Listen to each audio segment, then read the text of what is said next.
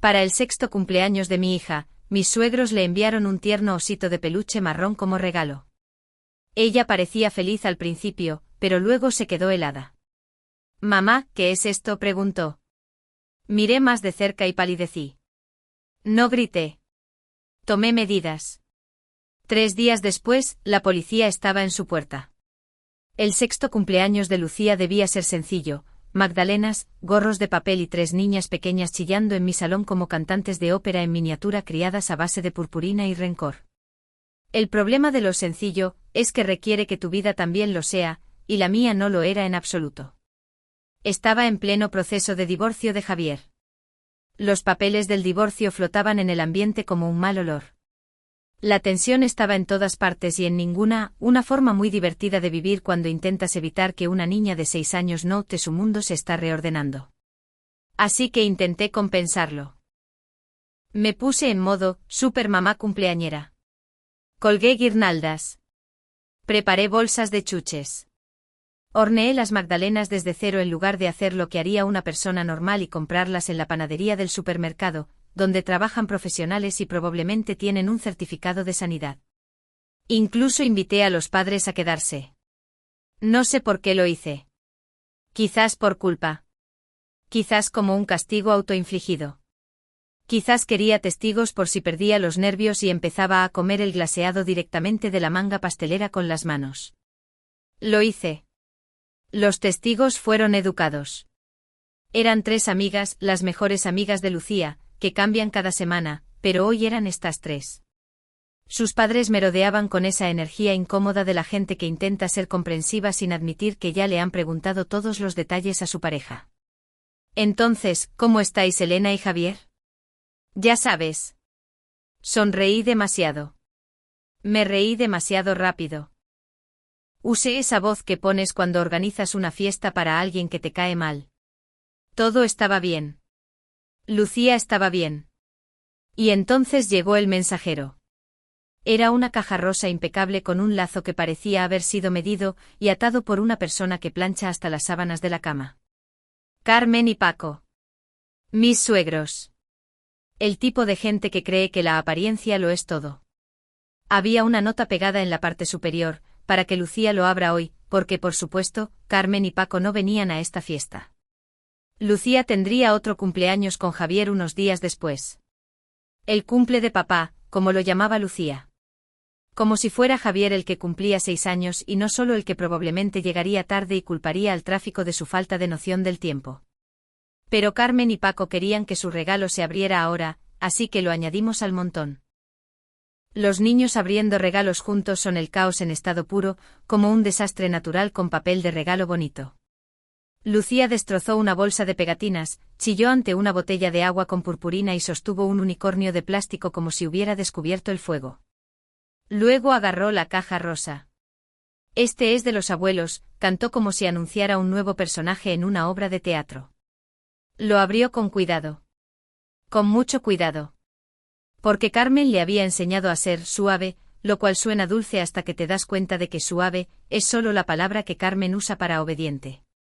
Dentro había un osito de peluche marrón con un pequeño corazón cosido en el pecho. La cara de Lucía se iluminó. Le encantaban los peluches. Le encantaba cualquier cosa suave, leal y silenciosa. Sinceramente a mí también. Madre mía, susurró abrazándolo como si la hubiera rescatado de un edificio en llamas. Las otras niñas se amontonaron alrededor. Oh, es tan mono. Yo quiero uno.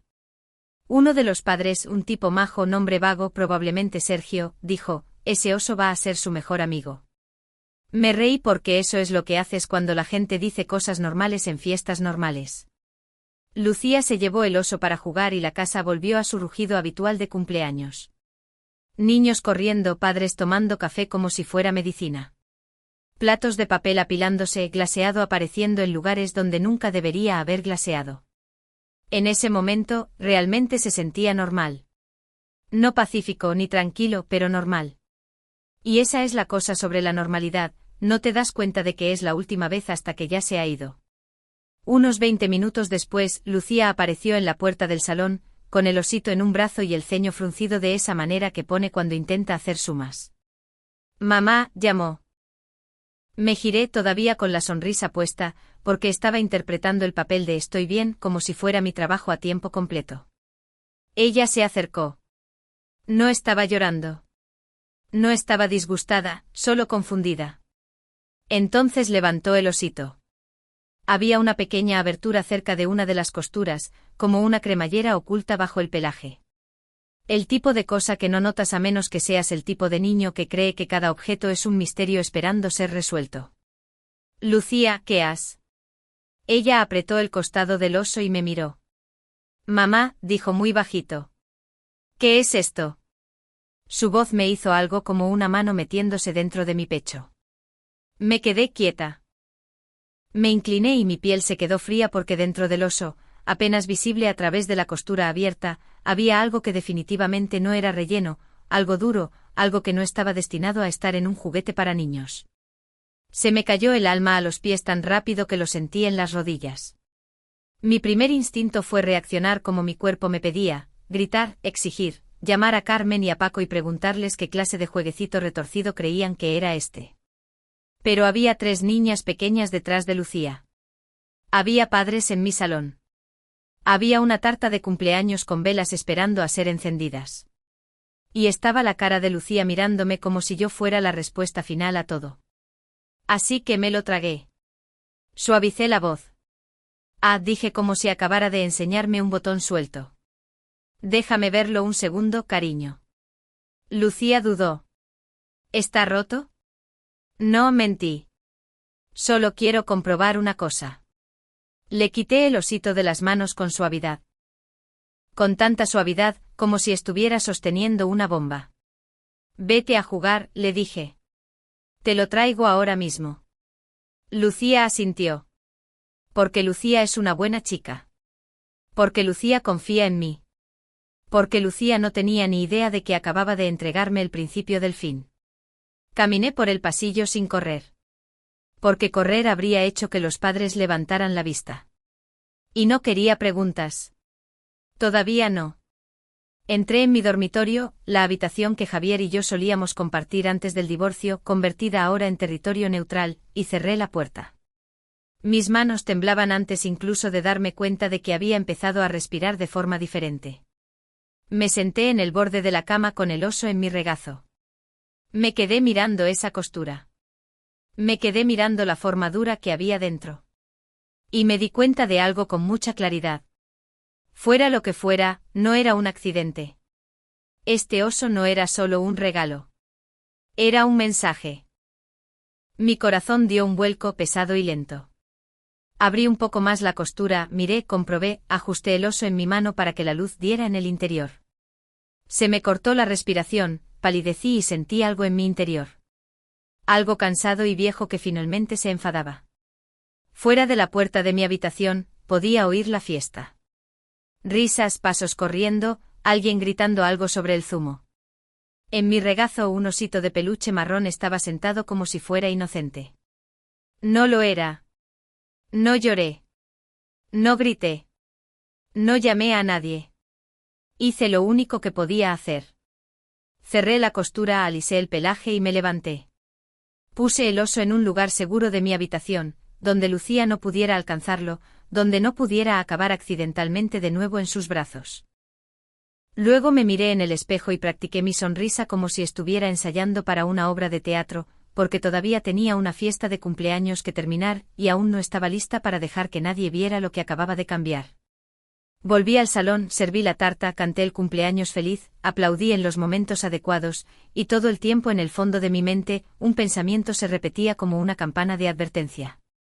Ese oso de peluche ya había hecho su trabajo, y yo ni siquiera había averiguado qué era. Cuando se fue el último invitado, me quedé de pie en la cocina mirando una pila de platos de papel.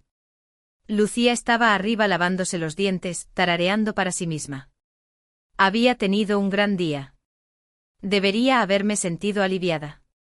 En cambio, sentía como si hubiera corrido una maratón llevando un secreto en la boca como cristales rotos, porque sabía lo que me esperaba en mi habitación y sabía quién lo había enviado. Carmen y Paco no se convirtieron en mis suegros por accidente. Venían con Javier como una garantía que no lees hasta que es demasiado tarde. Cuando conocí a Javier, era encantador, divertido, fácil de llevar, el tipo de hombre que podía librarse de una multa de tráfico hablando y luego convencerte de que era culpa de la gente por estar allí parado. No era cruel. No era ruidoso. No era el tipo de marido del que adviertes a tus amigas inmediatamente. Era escurridizo. El dinero desaparecía. No de forma dramática. No en plan, mañana perdemos la casa. Solo lo suficiente para hacerte revisar la cuenta 2 veces. 100 euros aquí, 200 allá. Siempre tenía una explicación. Ah, se me olvidó decírtelo. Pagué el seguro del coche. Ah, hice la compra. Ah, tuve que cubrir algo en el trabajo. Y durante un tiempo le creí, porque eso es lo que haces cuando amas a alguien. Haces que sus historias encajen. Carmen y Paco siempre estaban cerca. Lo suficientemente cerca como para que pasarse por casa pareciera un hobby. Cenas de domingo, visitas aleatorias los martes, llamadas telefónicas que empezaban con un «solo ver qué tal» y terminaban con «nos preocupa cómo te estás apañando». Estaban obsesionados con el dinero a la antigua usanza, como si el dinero fuera moralidad. Hacían preguntas que sonaban casuales pero que caían como inspecciones. Entonces, ¿cuánto estáis apartando cada mes? ¿Seguís usando ese banco o finalmente cambiasteis? ¿Qué está a tu nombre y qué al de Javier? Si yo dudaba, Carmen inclinaba la cabeza y sonreía como si yo fuera una niña escondiendo las notas del colegio. Y Javier nunca lo paraba. En todo caso asentía, se reía, se encogía de hombros. Mamá es así, decía. Tiene buenas intenciones. A veces añadía quizás tengan razón, lo cual es un tipo especial de traición, la silenciosa, esa en la que estás en tu propio matrimonio y aún así te sientes en minoría. Entonces nació Lucía y el tema del dinero empeoró. No porque los bebés sean caros, que lo son, sino porque Javier empezó a entrar en pánico por el dinero como si fuera un insulto personal. Se puso inquieto, irritable, reservado. Empezó a quedarse hasta tarde con amigos. Empezó a atender llamadas en el garaje. Encontré transacciones online que no tenían sentido. Retiradas a horas extrañas, pagos que no podía relacionar con nada de nuestras vidas. Cuando le preguntaba, se ponía a la defensiva. ¿Por qué me estás vigilando? No te estoy vigilando. Estoy intentando entender por qué hay que pagar el alquiler y la cuenta se está desangrando. Siempre convertía el asunto en una pelea sobre mi tono, mi inoportunidad, mis problemas de confianza. Y seré sincera, mis problemas de confianza no eran imaginarios. Se construyeron lentamente ladrillo a ladrillo. Tardé más de lo que debería en ponerle nombre. Ludopatía. No solo unas apuestas con amigos, no solo una noche de juegos. Juego del tipo que hace que el dinero se evapore y no deja nada más que excusas, adrenalina y deudas. Cuando me enfrenté a él, juró que no era para tanto. Juró que no era a menudo. Juró que lo tenía bajo control. La respuesta de Carmen y Paco no fue la que esperarías. No dijeron, Javier, para. No dijeron, Javier, busca ayuda. Dijeron cosas como, Elena, tienes que apoyarle más. Dijeron, el estrés por el dinero hace que los hombres hagan cosas. Dijeron, quizás si no le hiciera sentirse juzgado. Siempre era culpa mía de alguna manera. Y Javier, de nuevo, no hizo nada. Les dejó hacer. Dejó que me ningunearan como si yo fuera un mueble. Se quedaba allí de pie haciéndose el cansado y diciendo, ¿podemos dejar el tema por ahora? Como si el problema fuera la conversación, no la ludopatía. Lo intenté durante más tiempo del que me enorgullece admitir. Intenté presupuestos. Intenté terapia de pareja. Intenté darle más libertad, lo cual es gracioso en retrospectiva porque lo que él quería era libertad de consecuencias.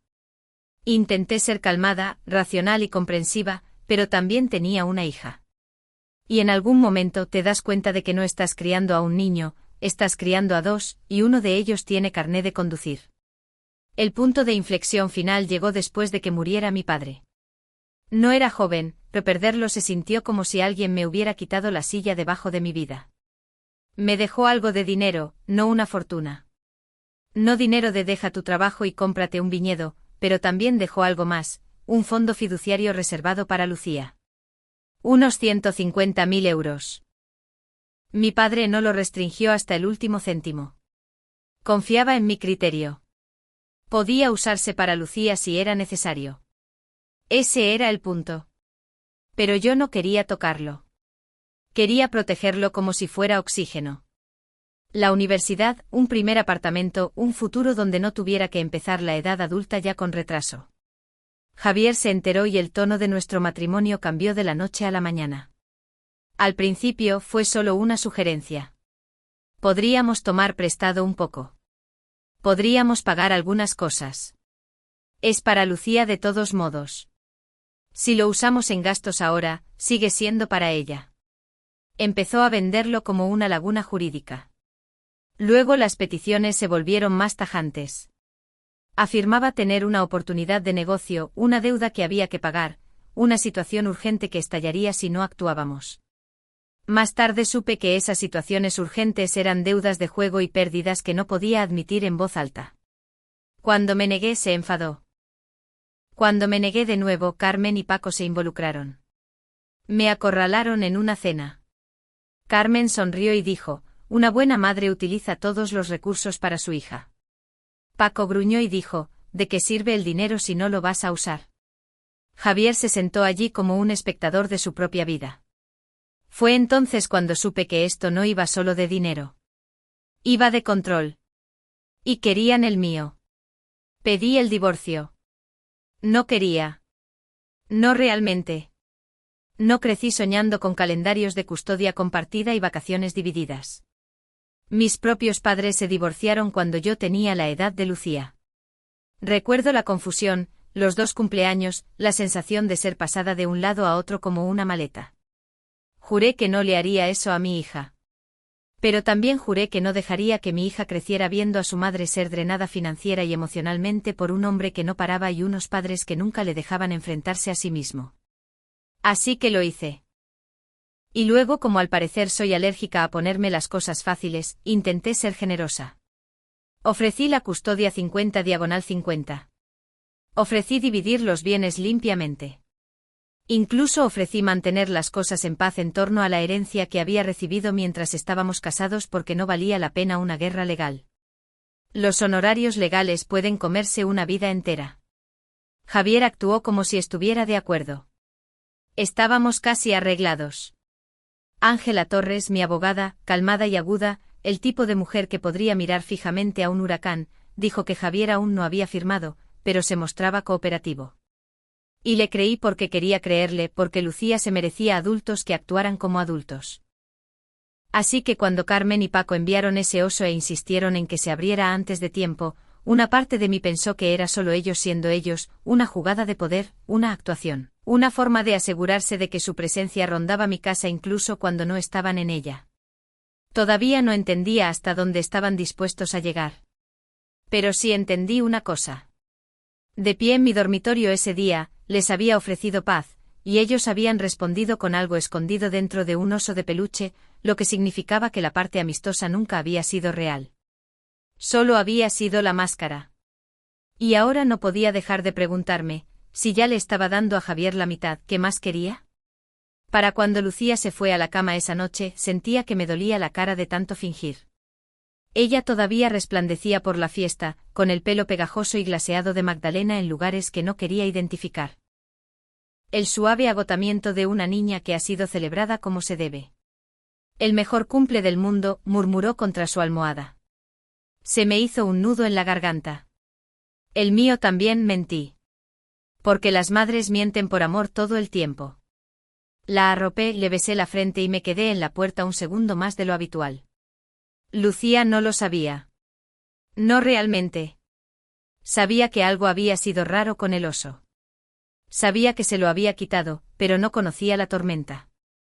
No conocía la forma de lo que se avecinaba. Y esa era la parte más dolorosa. Ahora la casa estaba en silencio, y el silencio era ruidoso. Volví a mi dormitorio y bajé el oso de peluche de donde lo había escondido. Se posó en mis manos como una acusación. Abrí la costura que Lucía había encontrado, más ancha esta vez. Dentro había un pequeño dispositivo plástico duro, cableado, algo metálico, ni relleno ni un pito de juguete. No lo entendí al principio, no del todo. No soy estúpida, pero tampoco soy el tipo de persona que identifica casualmente aparatos electrónicos escondidos en peluches. Hice lo que cualquier mujer moderna hace cuando se enfrenta a una pesadilla envuelta en pelaje. Hice fotos, primeros planos, ángulos, los diminutos números impresos en la carcasa de plástico. Luego busqué en Google. Los resultados de la búsqueda no parecían reales al principio. Parecían algo que pertenecía a la vida de otra persona. Pero pieza a pieza todo encajó, un componente de grabación, un rastreador de ubicación. Así que estaban intentando espiarnos. ¿Pero por qué? ¿Qué querían? ¿Qué quería Javier? Se me helaron las manos de nuevo. Me senté en el borde de mi cama y miré fijamente al oso, pensando en cuántas veces Lucía lo había abrazado. Cuántas veces había presionado su mejilla contra él como si fuera seguro. Cuántas veces Carmen la había besado y la había llamado, niña dulce, mientras me sonreía como si yo estuviera suspendiendo un examen. No lloré. No grité. Ni siquiera llamé a Javier de inmediato porque ya sabía cómo sería esa llamada. Lo negaría. Diría que estaba paranoica. Diría que estaba perdiendo el norte. Y luego informaría a sus padres y ellos ajustarían su estrategia. No. Si ellos estaban jugando, yo no iba a anunciar mis movimientos. Volví a armar el oso lo mejor que pude como si no hubiera visto nada. Luego lo metí en una bolsa sellada y lo guardé. Entonces me senté allí en la oscuridad pensando un simple pensamiento. Javier es bueno con la tecnología. Carmen y Paco son buenos con la culpa, el control y las cazuelas, pero la tecnología es cosa de Javier. A la mañana siguiente llamé a Ángela Torres. Ni siquiera intenté sonar casual. Necesito verte, dije. Ángela no preguntó por qué. Solo me dio una hora.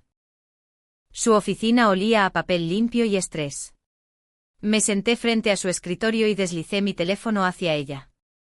Hice fotos, dije, de un dispositivo dentro del regalo de cumpleaños de Lucía. La cara de Ángela no cambió mucho, pero su mirada se agudizó. Estudió las fotos, hizo zoom, alejó la imagen. Luego levantó la vista hacia mí. Elena, dijo con mucha calma. Esto es grave. Lo sé, dije. Por eso estoy aquí. Ángela dejó el teléfono con cuidado como si pudiera morderla. Antes de hablar del dispositivo dijo, tengo que decirte algo. Se me encogió el estómago. Abrió un archivo, mi archivo, y señaló una página. Javier rechazó el 50/50, dijo. Parpadeé. ¿Qué? Rechazó la propuesta de custodia, repitió Ángela. Quiere la custodia completa. Se me secó la boca. Eso no tiene sentido, dije. Él dijo que. Sé lo que dijo, interrumpió Ángela, todavía tranquila. Sé lo que te presentó a ti, pero en los papeles, alega que eres inestable. Mi corazón empezó a latir con fuerza en mis oídos. Él me está llamando inestable. Ángela asintió. Y está solicitando que el tribunal lo ponga a él al control de las decisiones que involucren las finanzas y el cuidado de Lucía. Ahí estaba, el clic, la razón. No era por Lucía. No realmente. Porque si fuera por Lucía, la custodia 50/50 habría sido suficiente. Pero la custodia completa significaba control. La custodia completa significaba acceso.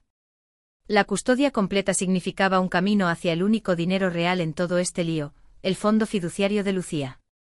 Me quedé sentada allí con las manos apretadas en el regazo, y sentí que algo en mí cambiaba, algo que había estado intentando mantenerse educado durante meses. Le había ofrecido justicia. Le había ofrecido paz, y él había respondido intentando poner micrófonos en mi casa y quitarme a mi hija. Ángela se inclinó hacia adelante. ¿Tienes pruebas de su ludopatía? Sí, dije inmediatamente. Mensajes de texto, extractos bancarios, mensajes donde me pedía usar el dinero del fideicomiso. Bien, dijo ella. Vamos a necesitarlas. Tocó mi teléfono de nuevo. ¿Y este? Este dispositivo, tenemos que tratarlo adecuadamente. Deberías presentar una denuncia policial. El dispositivo en sí se convierte en prueba. Los resultados forenses llevan tiempo, pero el hecho de que exista es poderoso. Asentí porque mi cuerpo estaba operando con algo más antiguo que el miedo ahora.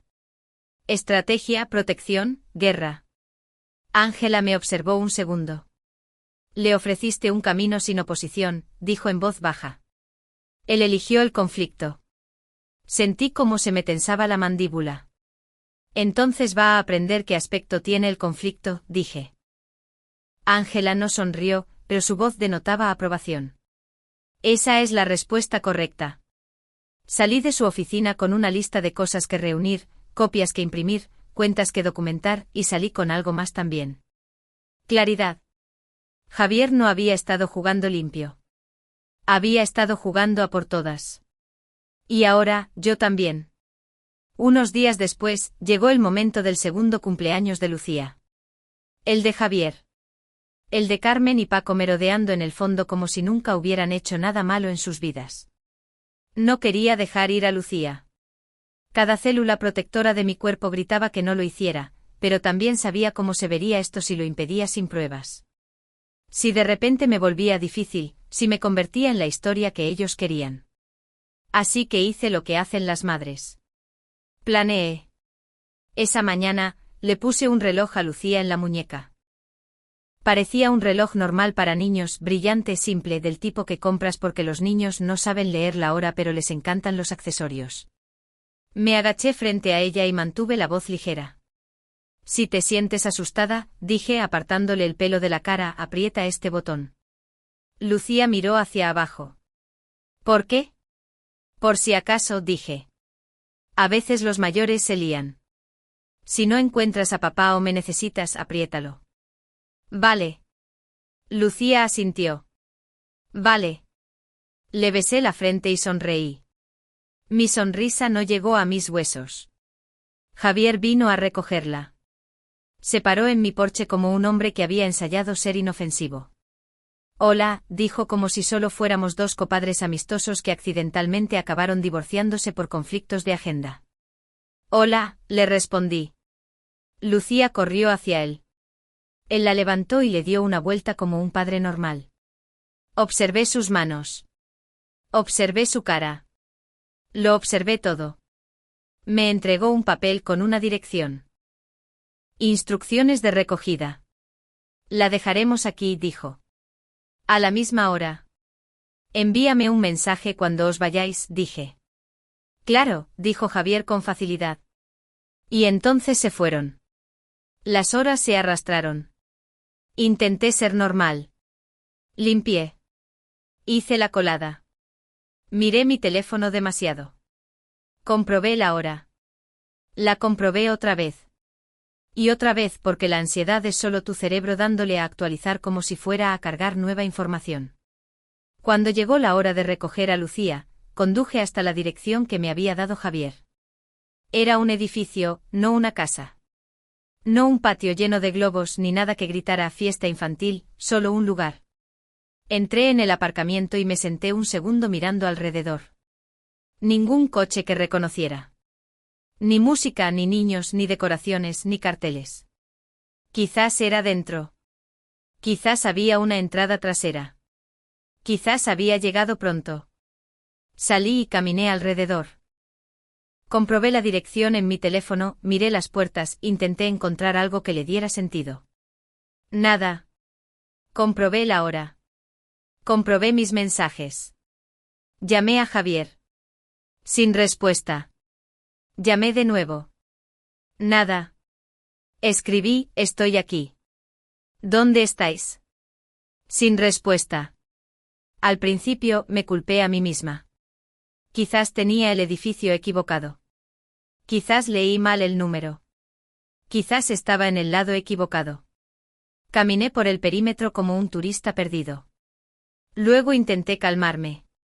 Quizás llegaban tarde. Quizás se habían atascado.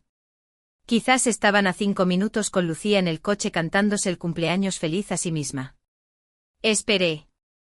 Escaneé la calle. Llamé de nuevo. Todavía nada. Y lenta, dolorosamente las racionalizaciones desaparecieron y el miedo dio un paso al frente. Porque cuando tu hijo ha desaparecido, tu cuerpo lo sabe antes de que tu mente permita las palabras. Entonces mi teléfono vibró. Una alerta, no un mensaje, no una llamada, un SOS. Se me entumecieron las manos. Lo abrí y vi el ping de ubicación. Lucía estaba en casa de Carmen y Paco. Se me cayó el estómago tan fuerte que pensé que vomitaría. No lo hice. Me moví. Me subí al coche y conduje rápido pero concentrada, porque conducir con pánico es como la gente acaba muerta y yo necesitaba seguir viva lo suficiente para recuperar a mi hija. Mientras conducía, llamé a la policía. Mi hija tiene 6 años, dije con la voz tensa. No dramática, solo objetiva. Recibí una alerta SOS de su reloj. Fui al punto de recogida que me dieron y ella no estaba allí. No puedo contactar con su padre. Tengo su ubicación GPS. Por favor, envíen a alguien a comprobarlo. El operador hizo preguntas. Las respondí. Mi voz sonaba como la de otra persona, como si me hubiera convertido en una mujer hecha de puro protocolo. Di la dirección. Seguí conduciendo. Cuando giré hacia la calle de Carmen y Paco 5 minutos después, vi que ya había un coche patrulla allí. Mi corazón se paralizó de alivio y furia al mismo tiempo. Aparqué y corrí hacia la puerta. Antes de que pudiera llamar, se abrió y Lucía salió disparada como si la hubieran mantenido bajo el agua. Corrió directa a mis brazos y se envolvió alrededor de mí tan fuerte que sus deditos me hicieron daño.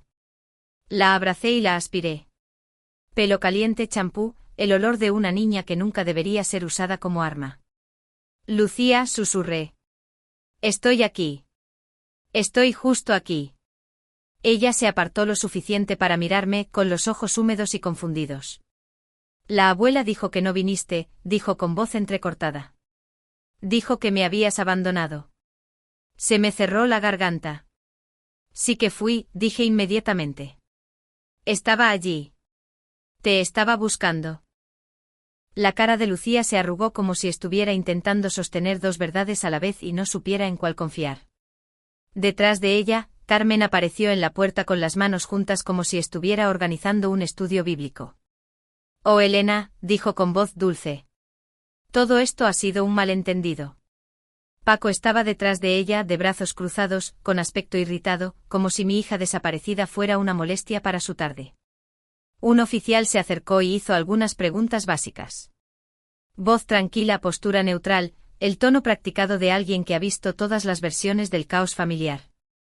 Lucía sorbió los mocos y dijo, me asusté. Mamá no vino. Se me apretó el pecho porque, por supuesto, dijo eso.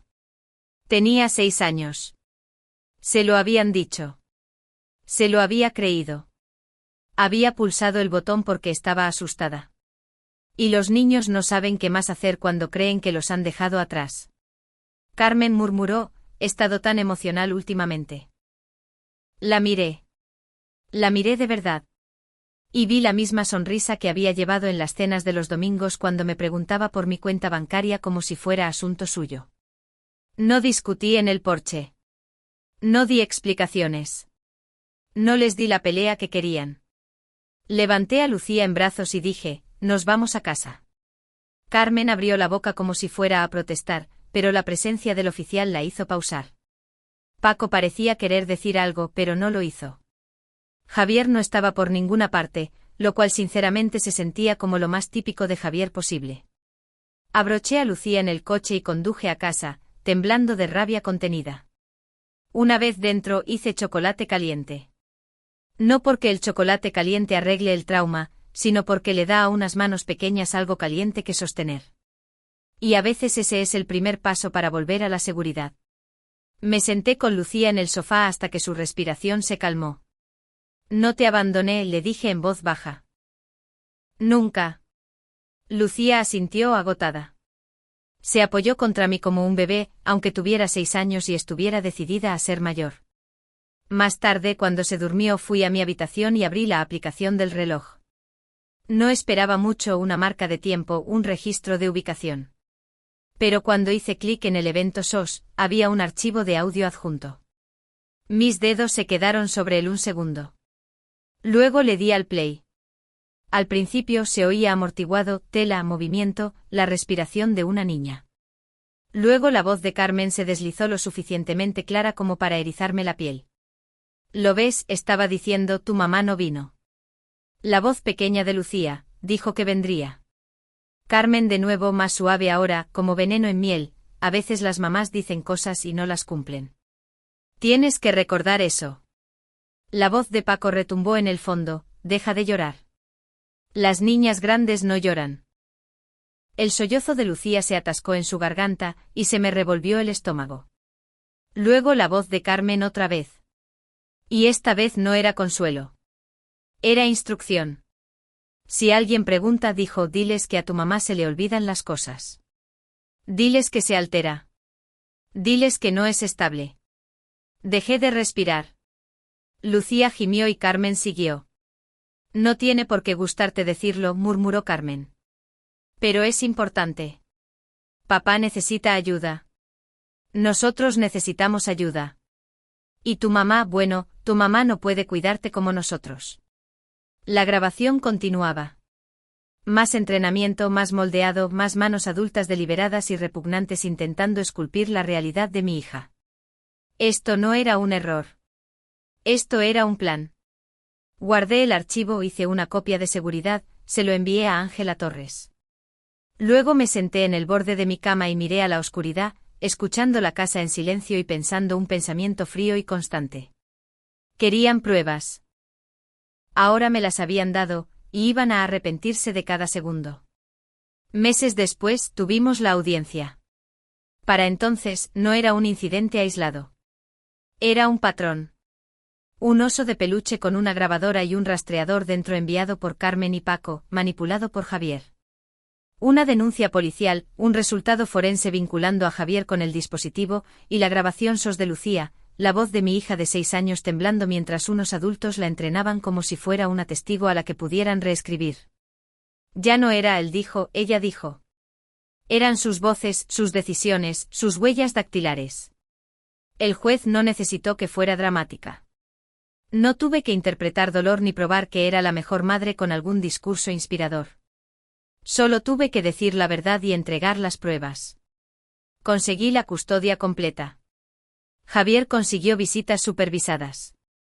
Sobre el papel estaba estructurado.